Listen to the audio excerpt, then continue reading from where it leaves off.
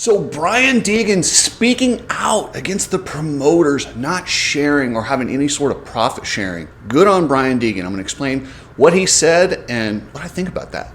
I'm going to break down Canadian motocross and this madness that's happened up there this year. And Filthy Phil might end up being your Canadian champion. We got some stuff happening at Ironman, and then also at the finale, we got a big shakeup in that 450 class. But if you haven't tried Nano Extreme, you're missing out. It is the best pain solution that I've ever used. Put it on, give it a couple days, let it build into your system. You'll be like, wow, this works so good. Every single family member I've given it to thanks me and asks for more. Head over to Nano Extreme, use code Cooksey and get free shipping. If you're going to Loretta Lynn's, by the way, I'm having Coach Rob on this week. We're going to do a Loretta Lynn's preview. If you haven't had a consultation with him about how to prepare for the heat, there's still time. Click that link and try and get on his schedule. He'll help you prepare yourself for the heat that's at Loretta Lynn. Click that link and talk to Coach Rob. We're getting near the end of the second Tesla giveaway. AJ Wright's Crypto and VeChain have partnered to give away a Tesla. And if you don't want a Tesla, you get $42,000. And they're also giving away $1,500 in crypto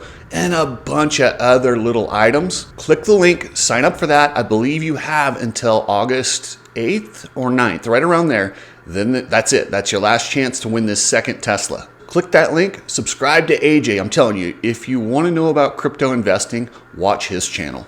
You need people like me so you can point your fucking fingers and say, that's the bad guy. So MX Sports and Feld, they have this unwritten rule that you don't speak out. Anything that could appear negative against the promotion or the series. And a lot of that is talking about rider pay and how little they get. They've sold everybody on it's not good for the sport. It's got to look professional. It's got to be this. And that mattered back in the day when they were trying and the promoters were struggling. They didn't want to be exploited for not paying because it's kind of embarrassing. But that was when they weren't making the kind of money they're making now. Look at that crowd at Washougal. It's giant. Everybody's paying upwards of $100 a person to be there. And you're trying to tell me they have nothing for the riders? And I hear people say, well, it's very expensive to put on those events. I know, it's absolutely expensive. But MX Sports has Monster and all these big sponsors. They are profiting by the time they actually get that first ticket money. And a lot of that ticket money goes to the promoter. They do pretty well, but they have to pay all expenses for the event. If you want to see a detailed breakdown of how the track owners are kind of getting screwed, if you go over to the Facebook page, Cooksey Media, click on that very first article that I pinned at the top. I break down how the track promoters are getting hosed, the riders are getting hosed, and Feld and MX Sports are cleaning house. But Brian went against the code, and I love when the Deegans speak up. They had a large voice. He was over on the Cam Hanes podcast. Cam Hanes is the bow and arrow guy. He was the honorary marshal at Washougal. Just a good dude that kind of understands big sports, big business. And he was just kind of asking about, hey, rider pay, how does this work? Where do they make their money? And when Brian broke it down, he was kind of like, wait, what? He was confused. But Brian did a really good job of breaking down that you can only make money through your own personal sponsors until you get to SMX. And then you make money from the promotion. They pay. But he also did a really good job at explaining that's because they wanted 3 more rounds. They wanted this playoff so they could sell the media package. That's what they needed for NBC.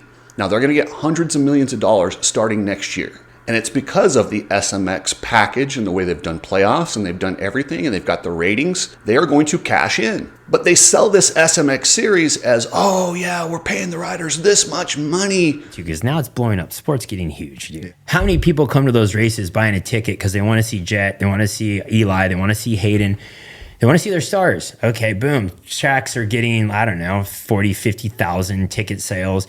And you're sitting there and these riders are getting literally not $1 of ticket. Well, not $1. It's hard for me to say anything because I have kids at the top making good money. But dude, I was a privateer. I was one of those guys that was like struggling. Even the UFC kind of gets beat up for not.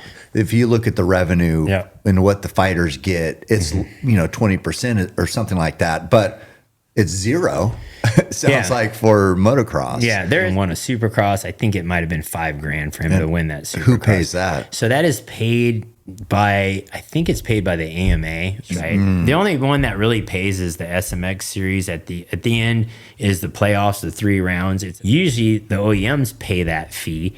They don't pay that fee for those 3 rounds. But when they added races, the own personal sponsors said, we can't afford 3 more. We can't afford a playoff. We can't do that. So you're going to have to pick up the tab on our bonuses. So instead of just paying a ton of money, they looked at what the bonuses would be for most of these riders because they have that information. And these riders are collecting what they would normally collect in the regular series. So it's just 3 more rounds. No extra money. Just because it comes from the promoter, it's no different. Hayden Deegan makes just as much winning a national as he does winning an SMX. Same thing. And he was asking why it seems weird that, they've done their part in promoting the sport. They've done their part to build fans. And man, when you look at the Deegan truck and you see how many people are out there, he's absolutely right. They've done their part. And that was one of the things as a motocross community, we all had to work together to make this thing into a professional sport and be successful. The problem is now we're at the point where it's a juggernaut. It's making good money. It is considered pretty mainstream sport. A lot of people know about it. The ratings are good. Sponsor money's good. Ticket sales are good. But the riders get nothing else. Nothing has been given to the teams and riders. It's all going in the promoter's pocket. That's not right. The SMX League, as they call it, has the least amount of payback of revenue of any professional sport. It's not really a professional sport. It's more of an exhibition that just gives a little bit of token money back to the riders. The WNBA pays better. And I'm not talking overall dollars because you're going to say, oh, there's more fans. Well, no, I'm talking about the percentage of dollars from the league that goes into the players. This is the lowest amount of revenue of any sport, any professional sport out there. It's hardly even a sport. And the purse money that's paid back, Brian did get that wrong. He said the AMA pays that. That's actually not true. At the Outdoor Nationals, riders pay, I think, $280 for an entry fee. They pay upwards of $500-600 for their licensing. So all that money goes to the AMA. But the purse money comes from each specific track. Washougal has to submit that money to the AMA, and the AMA pays it back to the riders, which makes it so much more disgusting what they did to CJ Tucker, making him kind of jump through hoops to get his money. That reminds me of like an insurance company, how they just deny your claim no matter what, hoping you won't follow up and they don't have to pay. Well, MX Sports gets to keep that money if the riders never collect on it. If they can't get through the red tape and they give up, MX Sports just keeps the money from the track that they submitted for the purse. It's disgusting. And that's like peanuts compared to the big picture. Why would they do that? It's just stupid, but it gives you an idea of the mentality they have over at MX Sports. And take a look at this chart. If you look at sports that revenue sharing grows everybody. The promoters will make a lot more money. Historically, every single league who's implemented profit sharing with the racers, athletes, players, whatever, they have grown significantly in every aspect. That will happen here too, and everyone will make more money, but they're so worried about losing their piece of the pie and their control right now. And having a professional sport that you cannot make a living at seems fraudulent calling it professional. You want to call the SMX League a professional sport? Well, in professional sports, you make enough money to survive. That's your living. For what it costs to go racing, if you go to every round, I think if you won every round, you might possibly cover your expenses because that's how much it costs to go racing. But you can't profit. So it's not technically a professional sport. So by calling the SMX a professional league, I think that's fraudulent. Anyway, I'm glad Brian spoke up, and I hope more people with big influence, and that's a big podcast, that Cam Hanes podcast. Maybe we could get Brian on Joe Rogan. Once these mainstream people see what is happening in our sport, and guys like Cam Hanes are just, the dude's a beast. He runs 100 miles through the forest. He is a absolute savage. And for him to be impressed by motocrossers gives you an idea of the mentality and how tough our guys are. But yeah, we got to reward them. We have to make this into an actual professional sport. And the promoters, you think I'm trying to take money? I'm not. I'm trying to make everyone more money and give this sport the recognition, give our riders the safety and healthcare they deserve. That's what I'm trying to do. And thank you, Brian, for speaking out. You're probably going to get a ton of crap, but that is why they fear Deegan so much, because he has the platform to get Joe Rogan involved, to get Cam Hanes involved, to spread the word on a higher level. And these guys at Feld and MX Sports are terrified of that. They're absolutely terrified that their fraudulent activities will get out and they'll be exposed. What they should do, just give profit sharing on the media deal next year. And you know what? We won't have to talk about that. Brian Deegan can talk about all sorts of other stuff. He can talk about riding, racing, training, and raising his kid. He doesn't have to talk about the lack of money from the series to the riders. If you're shipping anything, use Precision Transport. Are you in charge of logistics at your company and you want to get a promotion or you want to save your company money? I'm telling you, hit up Pre-Transport and they will work with you. They're really good people, good customer service, reasonable pricing, and they'll make you look like a rock star at your company. Pretransport.com. Alias MX gear. I love this stuff, and it's got a history in our sport. It's the stuff that Eli Tomac wore back when he was on Geico Honda. It's been around the sport forever, kind of went away, but it's coming back. Be a part of that revolution and get your Alias MX 25.5 gear. Head over to aliasmx.com. So I love the Canadian series, man. Some crazy stuff happened up there 2 weeks ago. Jess Pettis called Dylan Wright a dumbhead. And Dylan, dumbhead. And Dylan Wright was so banged up coming into this round. I'm surprised he's even able to race. The crashes he took the week before, I mean, it was bad. But he sucked it up, went out there. He didn't have the best of days, but he did score some points. And you know what? You can't ever doubt Dylan Wright's heart. He goes out there and lays it on the line. Phil Nicoletti is only 1 point behind Tanner Ward for the series overall lead. He won the second moto. This is a dude who retired a year ago. Came out of retirement, racing Canada. Typical Phil, grumpy. I mean, I thought he was going to murder one of the lappers towards the end of that. They kept splashing his goggles, but what were they going to do? They either stayed in the main line or went outside of the main line and splashed him, and he was so mad, but that's just Phil. He's mad about something no matter what. But he won. It was pretty cool seeing this guy who's retired, who's a fan favorite, who's authentic up there, getting the win, and he might end up being your Canadian champion. Great job, Phil. But I'll tell you what, Jess Pettis is so much better than the entire field.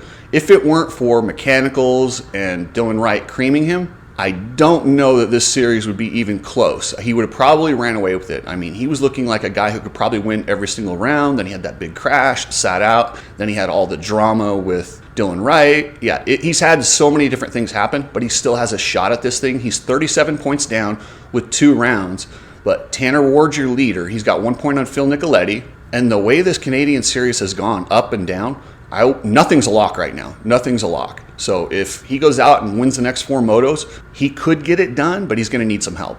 In the 250 class, Preston Kilroy, oh, he's dominating. He looks so good. He settled for second in that muddy second moto, but he's got a giant point lead, looking to cruise to the 250 Canadian national champion. But yeah, good for Preston Kilroy, a guy who struggled here in the States. Maybe this winning up there will really fire him up and get him back and get him some success in the United States, because sometimes that's all it takes. Is you go up there, you learn how to win again, you believe in yourself, and you get that confidence. Let's see what Preston Kilroy can do when he comes back down south. So we got a week off. We got Loretta Lynn's, and like I said, Coach Rob's coming on to do a Loretta Lynn's preview with me. The next round is Ironman. Typically it's the last round, but since they're having the Motocross the Nations there, they're having it a little bit earlier so they can prep for that race. So that'll be the next round at Ironman. And there's a lot of GP guys talking about coming over. I really think we're going to see the Coonan brothers and some other guys, because not only do they get to challenge the American guys, and they desperately need to kind of have some redemption, they want to show that their series isn't a turd series. I mean, Jorge Prado's over here stinking it up and really doing damage to their reputations. When the defending champion comes over here and just gets handled, it's not a good look. You need Lucas Coonan or whoever else wants to come over and uphold the honor of the series. They need that really bad. And Hayden Deegan's been riding the 450, and they've announced, according to Racer X, he is going to ride the final round if he can clinch a round early. I don't know if that's the best idea, but I sure want to see it. Now, if he wins 4 motos in a row, absolutely do it. If he's dominating. But if he's getting beat by Joe Shimoda, I'd rather see him focus on winning the 250 class. If you can't win your own class, you shouldn't move up early. He'll probably win all 4 motos and it won't be a problem. And Hayden Deegan had some of the moms mad, but hey, it was only the Karens. Check this out. All the hot moms, they're all on board with Hayden Deegan. Moto moms on our side. You like Hayden, right? Love Hayden. All right, cool. There's only Hayden. Yeah, because I need some moto moms on my side. We ain't got much on our side right now. Right. Rides and is obsessed with him. Obsessed. All he watches on YouTube. Badass? You're badass. I love watching you. Because number one, because the moto moms, some of them don't like me right now. So. Oh, you love me? All right, perfect. Thank you. Thank you so much. Support Deegan. We support him. Thank you, members. I appreciate everything. One of you guys is going to win some Nano Extreme at the end of this month. And then in December, we're giving away the new Power Sports, capital NIU Power Sports, the XQi3 motorcycle. I love this thing. It's so much fun. And it is considerably better than the Sur-On. It's higher quality, it handles better, and it's a little faster. And this is some 12-month members. If your name is highlighted in red, that means your new shirt is coming, the shirt that you can't buy. I'm giving all you guys that are 12-month members a shirt, and if your name is crossed off here, yours is on its way. If it's not crossed off, shoot me an email, and in the subject of the email, put 1 year member so I can catch it. Put your YouTube handle, your name, your address, and shirt size, and I'll get that out to you. Thanks, guys. Have a great day. Let's start this off by saying, we got them. The illegal sale of American motorcycle racing. I present a case that reveals how the American Motorcyclist Association's 2008 sale of its racing properties constituted an illegal transfer of public trust into private hands. My name's B. Maisie, and I'm here to stir shit up. So I made a song for you guys. You know, it's crazy that the riders still gotta pay to race, even though these guys are just filling their pockets because they're money hungry, greedy, stupid mother ex-circus owners, but still got the same mindset for the Supercross. Screw Feld, screw the AMA, and screw Rob Dingman.